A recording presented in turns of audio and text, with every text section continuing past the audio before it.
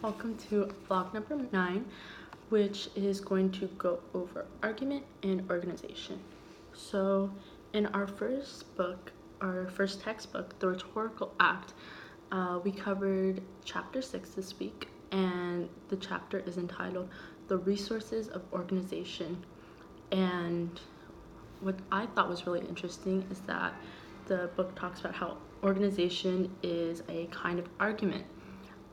They go on to explain that it's a process of structuring materials so ideas are clear, which makes sense because if your ideas are all over the place, it's going to be hard for your audience to understand. So I thought that was really interesting. It also, in the textbook, goes over 3 goals that organization plays in rhetoric, and they say, or the authors say, that it should reflect a constant point of view on a subject. It clarifies clarifies relationships between ideas, and ultimately should effectively make a case. So the first step to organization is a thesis, which should be the purpose of the essay or the speech that's happening. Some good points to make a great thesis is that it must be a simple and declarative sentence, and that it should limit topics and suggest purpose, which are all good things in order to start off an essay or a speech, to know what you're talking about. And so if it's clear and simple, like they say, and limits the topic and suggests a purpose, it's going to be easy for the audience to follow. Going back to organization, there's 3 different kinds. There's chronological, which develops over time. There's narrative, which is story form, and then there's spatial, which is directional pattern. In our other textbook, Reading Pop Culture, chapter 6, it talks about, does the big screen still shape our dreams? So an essay that talks about this is an essay by Willie Osterwell, and it's entitled Hollywood's Love Affair with Surveillance. And before we get into it, the essay is about how films today reflect the, attitude towards surveillance in America, which there's opposing views, but Hollywood tends to take a positive view on the whole situation. And in his essay, he utilizes a narrative organization, again, that treats it in story form and teaches in non-logical ways.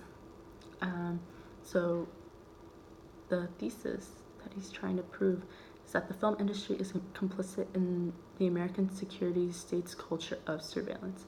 And he uses 3 films to discuss this further. He uses Captain America, RoboCop, and Her, and he analyzes these 3 stories with different perspectives that prove his point.